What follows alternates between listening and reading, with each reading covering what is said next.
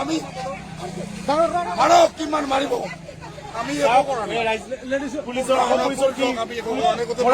চাওক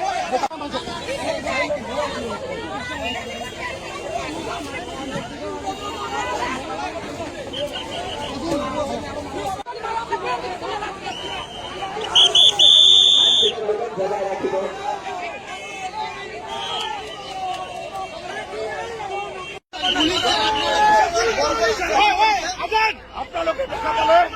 মানুহৰ তাৰিখ কি কৰিছে আজি গণতান্ত্ৰিকভাৱে আন্দোলন কৰিব এই আমি শিক্ষা জনাইছো কালি আমি আমি অনুষ্ঠিত কৰিম আৰু প্ৰত্যেকজন খিলঞ্জীয়া মানুহৰ ওপৰত পুলিচৰ গুণ্ডাগিৰি তাৰ উত্তৰ এই চৰকাৰে পাব আমি কথা কৈছো আজি মহিলা পুলিচ বিভাগে আজি মহিলাক মাৰি মাৰি বহাই দিছে